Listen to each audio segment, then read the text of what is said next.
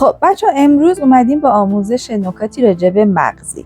بهتره که مغزی رو خودتون بدوزین، چون هم کیفیت پارچه خیلی بیشتر از مغزی آماده بیرونه. هم میتونید رنگ بهتر و مناسبتری با پارچه‌تون انتخاب بکنید. ببینید من الان پارچه‌ام رو به صورت اوریب انداختم و ازش نوارهایی به عرض 3 سانت میبرم. برای اینکه پرت پارچه‌تون زیاد نباشه لازم نیست خیلی دیگه برید داخل. میتونید نوارهای 3 سانتی رو ببرید، بعد به هم وصلشون بکنید، چون توی مغزی دیده نمیشه وقتی که شما درست و اصولی وصلشون کرده باشید. ببینید این نوارهای 3 سانتی رو از اوریب پارچه بعد از اینکه بریدین باید به هم وصلشون کنید.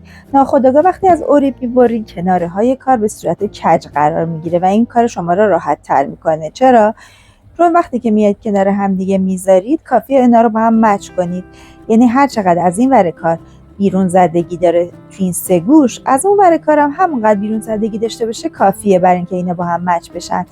لبه کار رو میدوزید. خب در این صورت نوار شما به صورت یک نوار بلند در میاد که میتونید حالا به داخلش رو نوار ماکارون قرار بدید یا قیتون قرار بدید و مغزیتون رو آماده بکنید. 3 سانت برای دوخت مغزی تو عرض کار کافیه.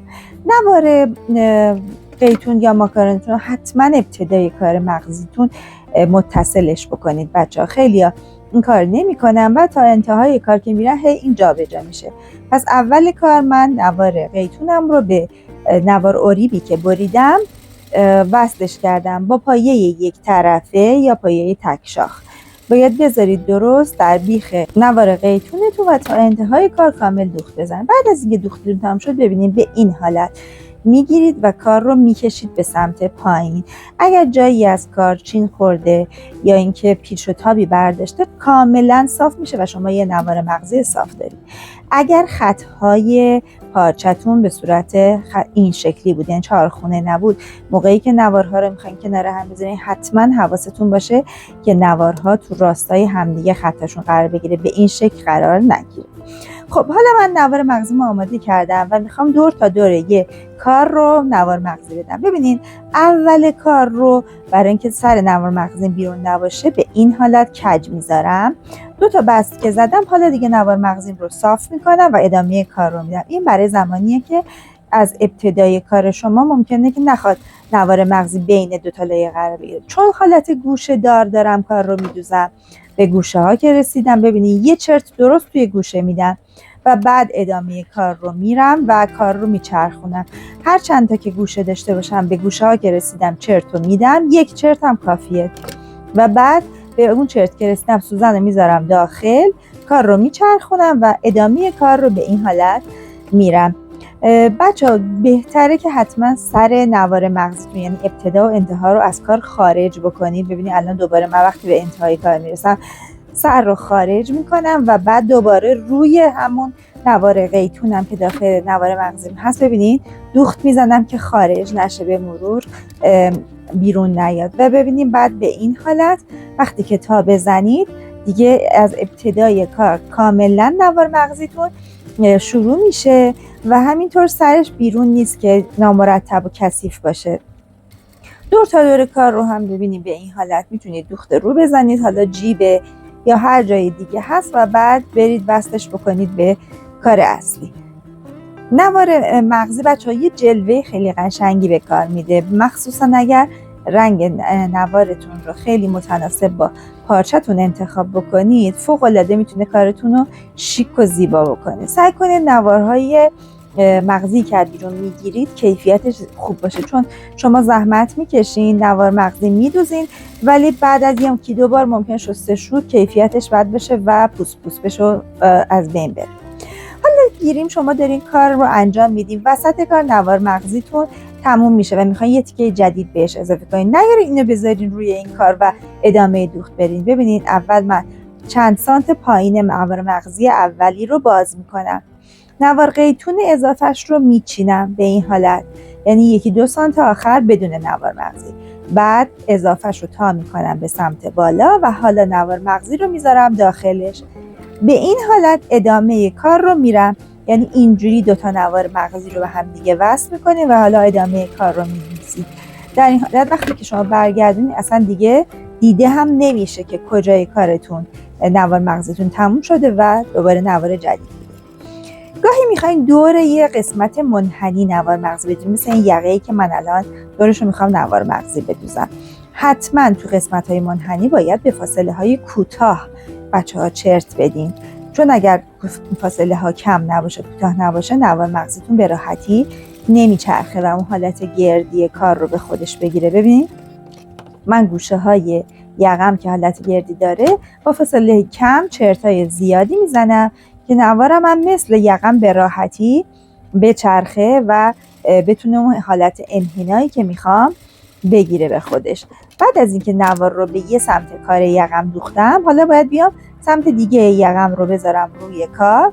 نکته مهمش اینه که اول سنجاق میزنید کار رو، ولی حواستون باشه وقتی که قراره دوخت دوم بزنید از روی قسمتی که دوخت زدید، چون اینجوری متوجه میشید که دوخت قبلیتون کجاست. کاملا رو دوخت قبلیتون دوخت میزنید. یک. دوم این که وقتی نوار مغزی رو بچه‌ها به یه یقه یه تیکه‌ای وصل میکنید، ناخودآگاه یه مقدار اون رو جمعش میکنید. خب وقتی که تیکه دوم میخواین وصل بذارید بهش بدوزه، اون تیکه‌ای که نوار نداره دست زیرتون باشه که اگر یه کوچولو هم جمع شد دیگه دفعه دومی نباشه که داره جمع میشه و کارتون چین بخوره و بد فرم بشه. اضافه ها رو میچینم و بعد اتو میزنم. ببینید چقدر ظرافت و خوشگلی به کار یقه من داد. حالا گاهی اوقات بچه‌ها ما می‌خوایم هم نوار مغزی بدوزیم هم پاک دوزی هم بکنیم با همون نوار مغزی. این دفعه عرض نوار مغزیم رو بچه‌ها 4 سانت گرفتم. 2 سانت اولش که تا میشه و برمیگرده، 2.5 تا 3 سانت اولش برای خود دوخت نوار مغزی، یعنی قیتون رو میذارم و نوار مغزیم رو به این حالت آماده میکنم. 1 سانت تا 1 سانت و نیم بچه‌ها بیشتر از نوار مغزی عادی. من الان اینجا چیز دارم، اوریب دارم. ببینین روی پارچم رو، روی نوار مغزیم رو گذاشتم به روی پارچه اصلیم. خب و شروع میکنم دوخت زدن دور تا دور کارم و حالا منحنی کت هر چی که هست به کمک پایه تک شاخم نوار مغزیمو اول وصل میکنم به کار اصلی. حالا ببینین برمیگردونم کار رو تو اتو میزنم به راحتی. الان شما میتونید لبه کارتون رو، اون اضافه‌ای که بیشتر از 3 سانت برای نوار مغزیتون گذاشته بود، نوار رو ریبیدین باشین، برگردونید و یه دوخت بزنید. به این حالت هم نوار مغزی دوختین هم پاک دوزی کردین.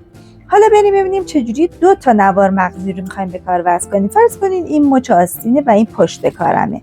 نوار مغزی اولم رو با 2 تا رنگ مختلفم بدین که کارتون قشنگ بشه. به پشت کارم به این حالت ببینیم وصلش میکنم. خب از لبه کار.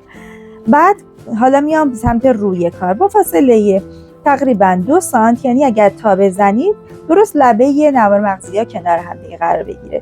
نوار مغزی دومم رو میذارم، حالا دوخت میزنم. سعی کنید رنگ نوار مغزیتون با رنگ پارچه کارتون همخونی داشته باشه که یه زیبایی قشنگتری به کارتون بده. نوار دومم رو هم بچه‌ها ببینید به این حالت دوختم. پس یکی پشت کار یکی روی کار. حالا ببینید به این حالت نوار رو از این ورم ببینید تا میزنم و میارم روی هم دیگه. ببینید به این شکل، یعنی نوار مغزی بالام رو میخوام بیارم روی نوار مغزی پایینم کنار هم. اگر دیدید که ضخامتش زیاده مثل کار من و خوب نمیچرخه، میتونید کار رو سبک بکنید. حالا ببینیم به راحتی میتونم این رو بیارم بذارم کنار این و از روی نوار مغزی بالایی، یعنی اونی که به روی کار وصل کرده بودم، به راحتی از بیخش میذارم روی هم دیگه و 2 تا نوار مغزی رو دوخت میزنم. به این حالت که دوخت بزنید بچه‌ها هم روی کارتون پاک دوزی میشه و روی نوار مغزی ها به روی کارتون دیده میشه. پشت کارتون هم خیلی تمیز و یک دست میشه. امیدوارم آموزش امروزم مثل همه آموزش‌های دیگه براتون مفید بوده باشه. با لایک و کامنتاتون بهم انرژی بدین و بگین که از این نوع آموزش‌ها دوست دارین یا نه. اینم ببینین پشت کار که کاملا پاک‌دوزی و تمیزه.